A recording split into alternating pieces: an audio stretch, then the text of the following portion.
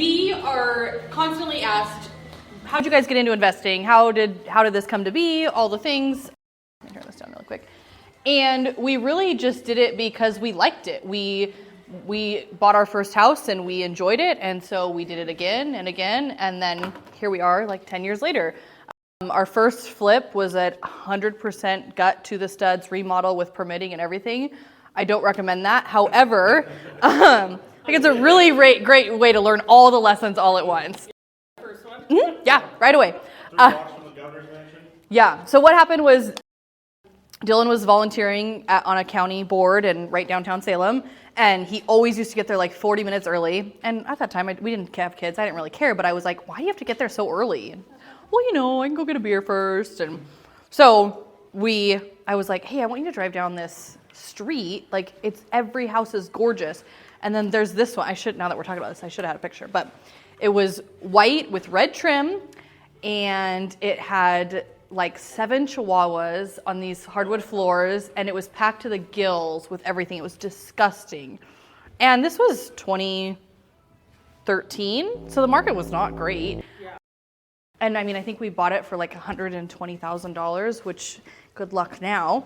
But I said, hey, I just sent him, hey, you're on your way down to Salem. Can you please drive by this house tonight and look at it? And we, at that time, were moving out of Salem, and we were moving to Woodburn. And he's like, nope, we're getting out of here. I'm not going to drive and do a project like half an hour away.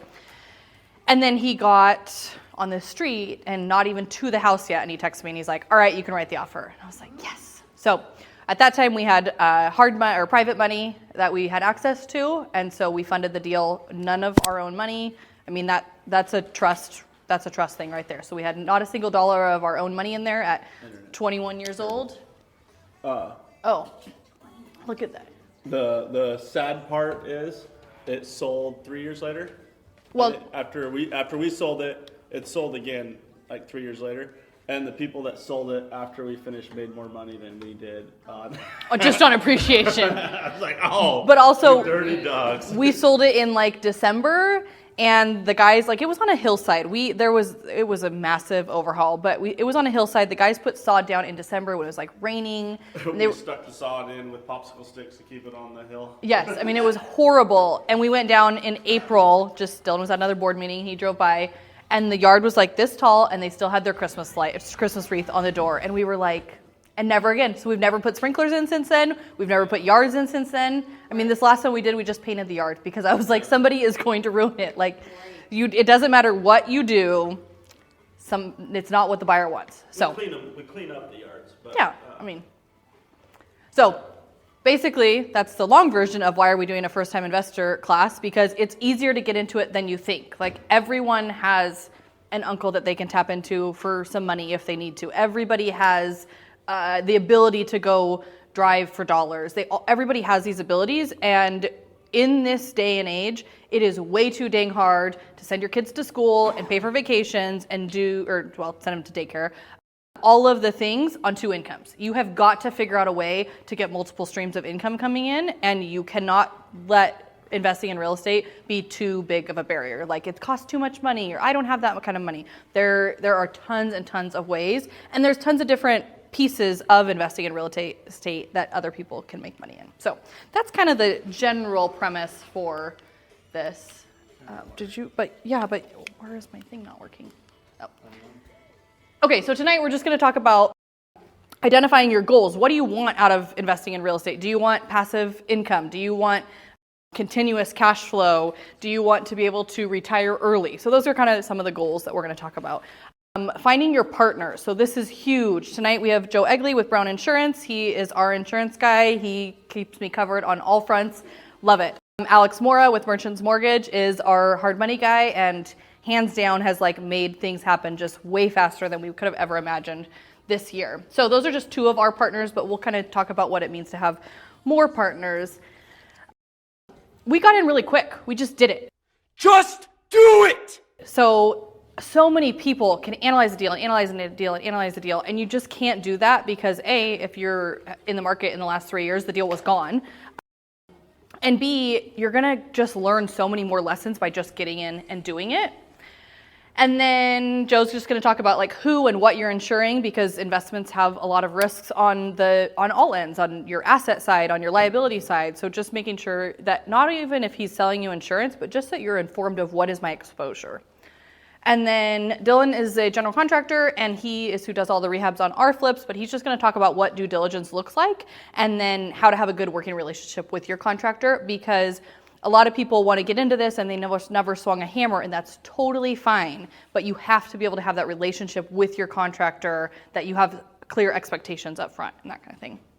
And then we actually are in the middle of a project right now, and we're just going to do a deep dive on it. I actually had some decent numbers, so I don't mean decent numbers on profit. I meant like accurate numbers. So we brought those. So we'll throw those up there, and then just some fun myth busting. There's like 11 questions at the end that we can kind of throw it around on misconceptions in investing in real estate. So the biggest reason people want cash flow, and that's when they start out, they think they want to get single family rentals because they want continuous cash flow. I'm not a huge single family rental person anymore, only because I've only invested in real estate in an appreciating market. So it's been really hard to hang on to an asset that I can turn around and sell tomorrow and make what I would have in 5 or 7 years of holding on to it and not had a lot of that risk and exposure, and be able, we kind of just say like the quick nickel better than a slow dime, and that's how we've done investing in real estate for the last 10 years. So still passive income, great reason to be in real estate. One of the things that you really need to identify is, what does your business plan look like? What is that cash flow that you want coming in? And then break that backwards, and how many doors is it going to take to get there? And when we say doors, is that an 8-plex, and that counts as 8 doors, or is that a single family? For a while, we had our RV that we rented out on rvshare.com, and that counted as our door. So one year we had a goal that we wanted 4 doors, and buying an RV was cheaper than buying a door when the market was crazy. And I was like, we said we were going to buy 4 doors this year. You bet your butt we're buying 4 doors. It doesn't matter what it looks like. So, and then going back to that though, cash flow can be super capital intensive. How do you save up these 20% down payments while you wait for that cash flow to kind of trickle in at a slower rate? So that's the bad part about building passive income, and is that it takes patience, which I have 0 of. So a lot of people invest for time freedom. I invest for time freedom. I want to be able to work whatever 60 hours a week I want. That being said, I might take my kids to school, work from 9 to 2, pick up the kiddos, and then work for a couple more hours, put them down, and work a couple more hours in the evening. So the time freedom of just being able to work whenever is what I want right now. And that time freedom looks different than it does for people that are working on retiring or time freedom at a different stage in their life. Diversification of income, kind of like I just said, we need multiple sources. You got to have that coming in. It really helps to level out those valleys in the market. And then just building net worth. Right now, we're in a stage of building net worth, which means that we look great on paper. Our day-to-day still feels very stressful because we're really being careful not to tap into what we're building. But our goal for right now is net worth building. It is not the cash flow side of things. So we've identified that. And then also just setting clear expectations with your goals is how, when you're making decisions, if you've set goals and expectations, then when you go to make a decision and you're saying, do we do this or that? Does it fit in what we've outlined? Yes or no? So it makes it very clear. And investing in real estate is really, really stressful. So being able to take out that stress in any way is huge. Are you somebody that's interested in a new career? Do you hate your 9 to 5? Have you always kind of thought real estate was fun? And because real estate has so many different avenues, it's a great way to maybe jumpstart a new career while you're doing something else. And then retirement. How many of those doors are you going to get to be able to retire off of them? Are you going to retire off of, Airbnb income? Are you going to retire off of some real estate investment trust, that kind of stuff? So retirement is another goal of investing in real estate. And then paying off debts. This is another one that's super awesome because you can use the equity in some of your projects to pay off debts. You can sell some of those assets to pay off debt. Or what we're into right now is we flip. And so flips have a decent chunk of profit on every transaction, and we're able to pay off larger chunks all at once. I think that people in the real estate world, you're coached by either Dave Ramsey, who says zero debt, or you're coached by the people that say buy it all. And we're kind of in the middle, but being in real estate and just watching what's going on, leveraging real estate is a great way to build wealth. And so that's kind of what we're after. So my name is Stephanie Wells. I'm a licensed realtor in the state of Oregon. I sell 30-ish homes a year in the Woodburn and surrounding areas. I specialize in investment clients, but also clients that are second home clients. They're the move-up clients. And so we have a team here, and everybody has kind of a different specialty. That's just mine. And then I've been flipping for over 10 years. Joe Egley is our insurance agent. He owns Brown Insurance here in Woodburn. He was a licensed contractor a long time ago, which is why I love his expertise. Did I say a long time ago? a couple of years ago. So he has great background on our projects, and it's nice for somebody that's advising us to have the full picture of what we're trying to do. And he really has a practical approach. I like my CPA to play in the gray. I like Joe to tell me everything that I should do and then let me do what I want to do, and usually it's somewhere in the middle. Alex Mora is with Merchants Mortgage. He is a loan originator in Washington, Oregon, and where else? 28 states. Yeah, 20, yeah. So I only need to know about Washington, Oregon, but he can help you in a lot of other states. Primarily hard money financing, and he is an active investor in multifamily, which again is an area that I am not super familiar with, and so that's why I love having people in my network who do different things. And Alex has his family has a small business, and so he gets it, which I appreciate. And Dylan is a general contractor. He is like ROI. We walk projects together, and he's like, I don't care. Does it make money? Does it pay off? What's the return? And he wants to know that return in dollars and in days, and he doesn't care anything else. So it's my contractor, yes, I sleep with him. Nice. But it is good that I know how he works. Dadpreneur, Dylan, we are always chasing something. Dylan's got a million different business ideas, and I used to think they were all far-fetched, but now I'm kind of liking the diversification of income because it makes our lives a little more exciting, a little more stressful. And he is, on that same line, just willing to do whatever it takes. So if I say I need a water heater strapped in the next 20 minutes, he usually is there. If I say, let's go buy a house in Arizona, he says, when are we getting on a plane? So it's good to have a partner like that. So investing in real estate, you need to become an expert. But you need to become an expert for you. You don't have to warrant this stuff for anyone else. You're not proving it. There's no test. But to protect your asset, you really, really need to become that expert in your field. So analyze, but then pull the trigger. You have to do something. So when we say analyze, a lot of this stuff is available via public records. So this is pulling county records. This is watching how many homes hit the foreclosure list.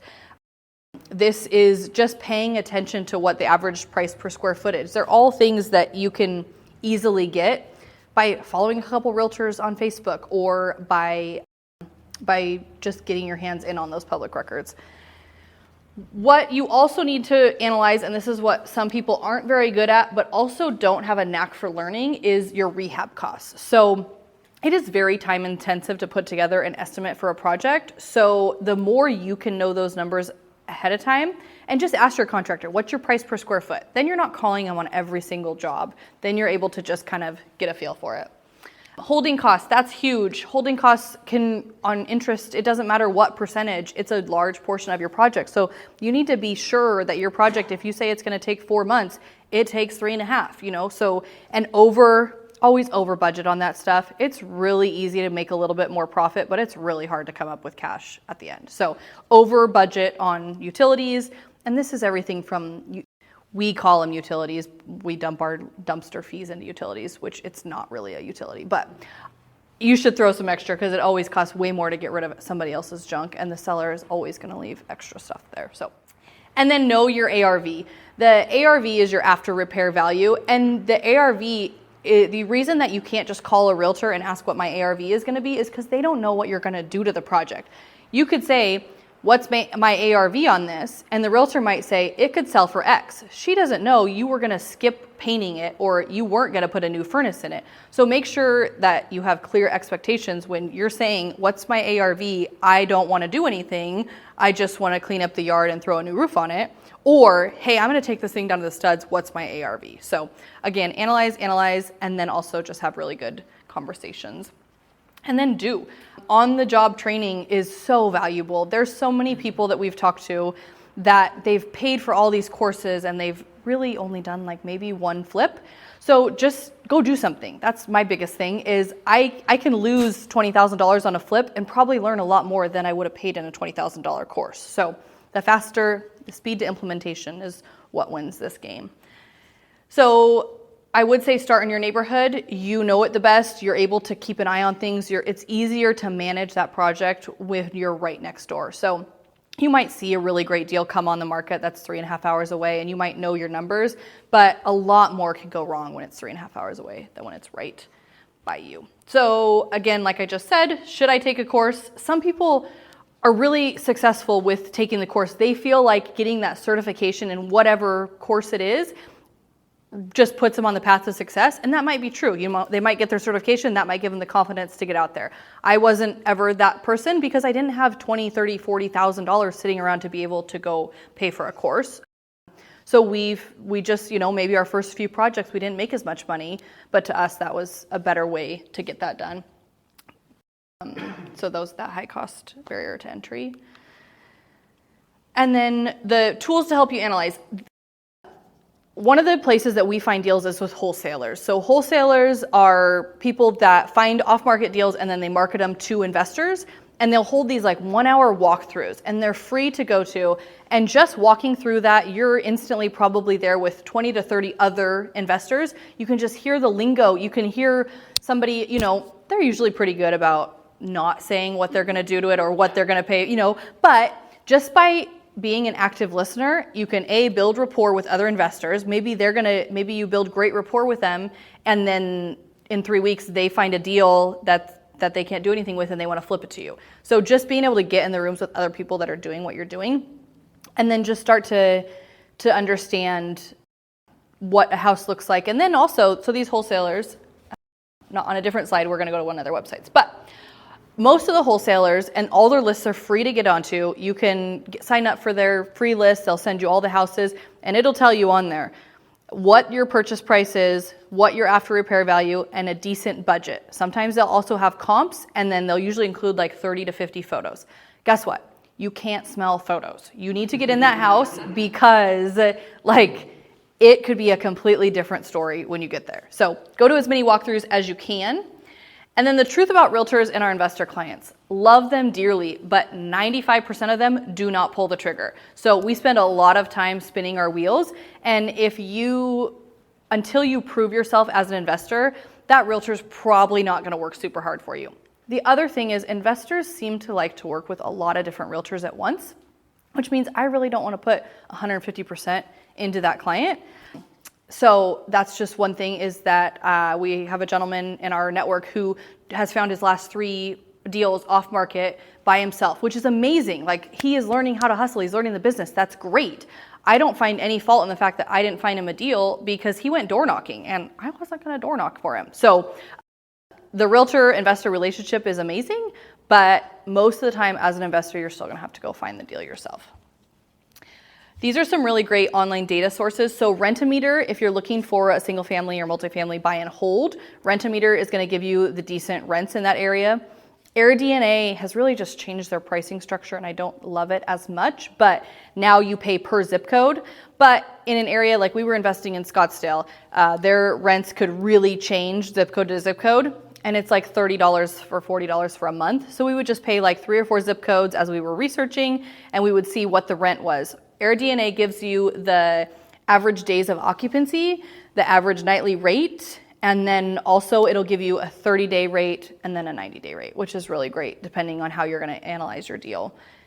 Is that specific to short-term rentals? AirDNA is specific to short-term. Rent-A-Meter is specific to single-family long-term rental. Yep. Bank rate is pretty, Alex, do you have, where else besides bank rate is there a decent rough number of what rates are kind of doing? ML Calc is like this super archaic little calculator. It has like 0 ads that pop up and it has no fluff. So I just love this calculator. Not many people know about it, but it's great because it shows the amortization schedule. And even for my buyer clients, I'm like, take this to your lender. This is going to be like nowhere near as much data as you're going to want. But if you guys are calling your lender every 4 minutes asking for what this house is going to cost you, like this is a really great, easy, user-friendly. You don't have to know a bunch of stuff. So mlcalc.com.